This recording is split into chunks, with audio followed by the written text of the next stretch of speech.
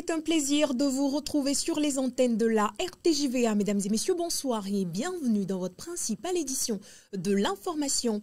L'actualité notamment marquée par la réunion et la planification des principales parties prenantes de la chimioprévention du paludisme saisonnier à Lomé. Hors de nos frontières, le Togo a brillé de mille feux dimanche dernier à l'occasion de la journée qui lui était dédiée au Festival panafricain du cinéma et de la télévision de Ouagadougou FESPACO, à découvrir dans cette édition. On démarre avec ce soutien alimentaire scolaire de l'Allemagne à travers un appui financier de 11 millions d'euros au profit de la région de la Kara et des Savanes. Au total, 28 000 enfants sont ciblés et bénéficieront des repas chauds. Le financement est accordé à travers la banque allemande de développement KfW. En effet, l'initiative permettra de soutenir les enfants de 110 écoles, dont certaines accueillent des réfugiés et des déplacés internes. Elle s'aligne donc sur l'objectif global du programme alimentaire mondial au Togo qui vise à soutenir 45 500 enfants dans 160 écoles primaires du nord du pays. Par ailleurs, au-delà de l'alimentation, le projet va être bénéfique à la réhabilitation des cuisines scolaires, à la mise en place des foyers améliorés, à la création des jardins et d'unités de moulins, ainsi que des formations en nutrition pour les enfants, parents et enseignants. Dans le chapitre de la santé, une réunion des principales parties prenantes de la chimioprévention du paludisme saisonnier CPS a démarré depuis ce mardi à Lomé. Les professionnels de santé, les partenaires techniques et experts y participent. Quel est l'objectif de cette rencontre? Les précisions dans ce reportage. Ce mardi à Lomé, les principales parties prenantes de la chimioprévention du paludisme saisonnier CPS ont démarré la 8e réunion de révision et de planification. Experts, chercheurs, professionnels de la santé, partenaires techniques et financiers participent activement à la rencontre. Le paludisme reste l'une des principales causes de morbidité et de mortalité au Togo, en particulier dans la région subsaharienne en général. Malgré les progrès enregistrés dans la lutte contre cette maladie, elle demeure un défi sanitaire majeur. Dans ce contexte, la stratégie de chimioprévention devient essentielle pour la réduction des cas de paludisme, en particulier chez les enfants de moins de 5 ans qui sont les plus vulnérables. De fait, cette rencontre constitue une opportunité de partage de connaissances, de bonnes pratiques afin d'optimiser les stratégies pour protéger les enfants. En outre, d'après plusieurs études réalisées, la CPS réduit d'environ 88% l'indice du paludisme clinique dans les 4 premières semaines qui suivent son administration. Sur le continent africain, 19 pays mettent en œuvre l'initiative. Venons-en à la religion à présent. Travailler dans l'espérance, c'est le thème qui a été abordé à l'église des Assemblées de Dieu de Sokodé. Il s'agissait d'encourager les fidèles à avoir confiance en Dieu tout en travaillant en attente que leurs œuvres pour l'avancement du royaume ne soient récompensées. Les détails de Mabel Fiagno. Ici, c'est l'église des Assemblées de Dieu de Sokodé, localité située au centre du Togo. Les fidèles se sont regroupés pour leur culte dominical en ce jour. D'un oreille attentif, ceux-ci ont été exhortés à travailler pour Dieu dans l'espérance, notamment à s'attendre toujours à une récompense. Ce Dieu à qui nous sommes, au service de qui nous sommes, nous récompensera. Selon la parole de Dieu, ses disciples étaient inquiets, mais il les a assurés que vraiment, qu'ils ne soient pas inquiets, qu'ils ne soient pas désespérés, qu'ils attendent. D'abord, il les récompensera au centuple et après, ils auront la vie éternelle également. Donc, j'invite tous les chrétiens ce matin, tous ceux-là qui sont au service de Dieu, de travailler avec joie en espérant que ce Dieu au service duquel nous sommes nous récompensera. Et après, tout nous aurons aussi. Cette espérance, nos œuvres pourraient être vaines. Donc, quiconque travaille sans espérance, travaille dans le vide, travaille sans objectif. Et nous croyons en notre Seigneur Jésus, qui est celui qui nous soutient toujours et qui nous aide. Et nous travaillons, que ce soit dans sa maison, que ce soit dans la vie séculaire, nous travaillons toujours pour avoir l'espoir, avoir toujours l'expérience de gagner. Un message qui vient également mettre en lumière le passage biblique de Hébreux 6, le verset 10 qui dit « Car Dieu n'est pas injuste pour oublier votre œuvre et l'amour que vous avez montré pour son nom, ayant servi les saints et les servants encore. » Après la souffrance vient la récompense. C'est à travers ce thème que les fidèles des Assemblées de Dieu d'Agoassié ont été nourris dimanche dernier. L'orateur les a encouragés à persévérer dans le combat de la foi. Car après la bataille vient le couronnement. Le récit de Kezia Soublo. Après la pluie, le beau temps. Il n'y a pas de couronne sans combat. Dimanche dernier, à l'église des Adédagoé à Siyé, les membres ont été invités à combattre le bon combat et garder la foi, car après la souffrance vient la récompense. Nous avons montré qu'après la souffrance, il y a le temps de la récompense.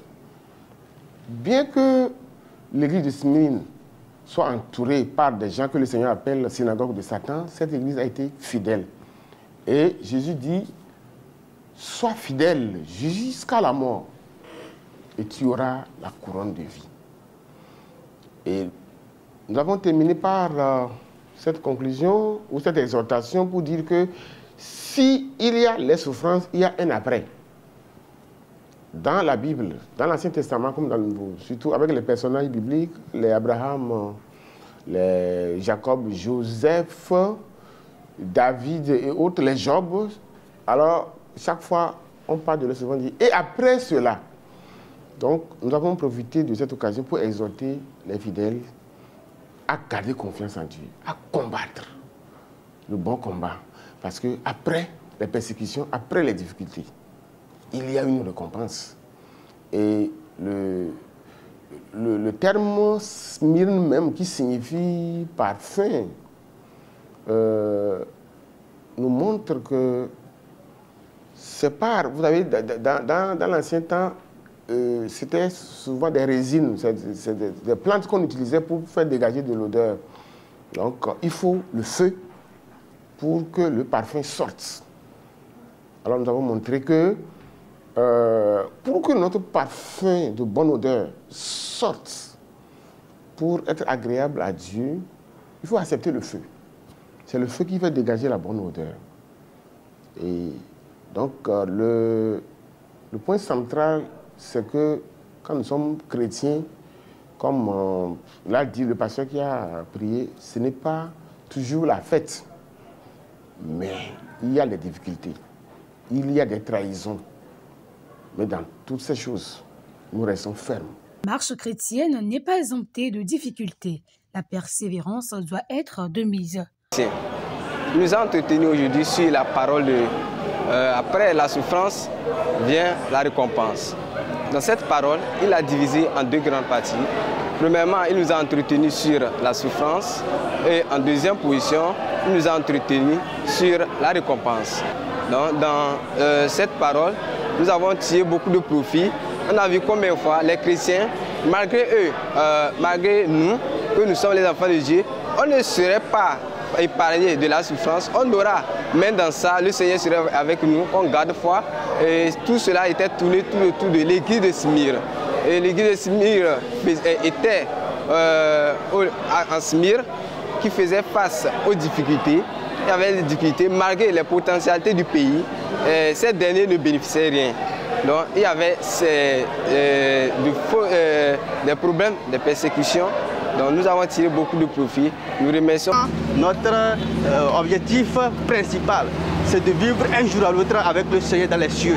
Et vraiment, nous comptons marcher avec Dieu. Nous comptons faire notre marche au quotidien avec Dieu pour que Dieu, le Tout-Puissant, nous soutienne.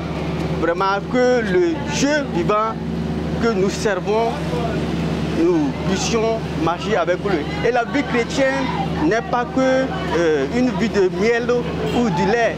Et le chrétien doit savoir que lorsqu'il marche avec Dieu, la marche n'est pas facile, la marche est très périlleuse. Et vraiment, nous devons avoir ce mental à nous que vraiment la marche avec Dieu est très difficile. Et c'est seuls les violents qui peuvent s'en emparer du royaume des cieux. Et que le Seigneur nous soutienne et que nous marchions vraiment dans la volonté de Dieu. Et je veux, moi aussi, un jour à l'autre, vivre avec Dieu dans les cieux. Et cette marche, je dois savoir qu'elle est périlleuse. Pour ce dimanche, ce que j'ai retenu, c'est que les enfants de Dieu ne sont pas épargnés des souffrances. Nous sommes toujours confrontés à des difficultés. Mais pour ne pas sombrer dans ces difficultés, pour ne pas sentir cette peine, il faut qu'on voit la gloire du futur, la gloire qui nous est réservée du futur, la grande victoire.